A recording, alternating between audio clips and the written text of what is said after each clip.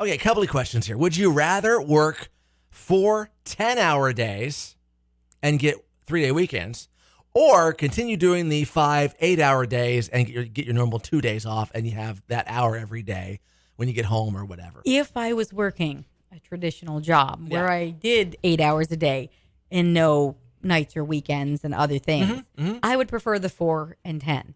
Yeah. My job is not indicative of that. But if I were in that position where I was an 8 to 5 or a 7 to 4, Sure. I would well prefer to have 3 days off to do whatever. And most said we'd rather do the 70% actually said we'd rather do the 4 10-hour days in lieu of 5 8-hour days. Yeah.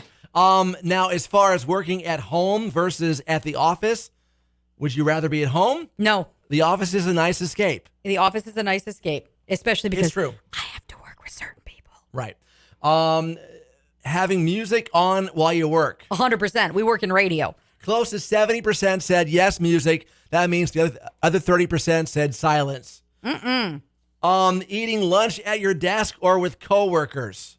Depends on the coworkers and what I'm eating for lunch. Over 60% said lunch at the desk in lieu of coworkers. Because here's the thing though, some are taking their lunch break hour and using that as work time and eating time at the same time. That way sure. they can work the hour and get that and get out of there earlier too. Right. Yeah. That I'm not mad at.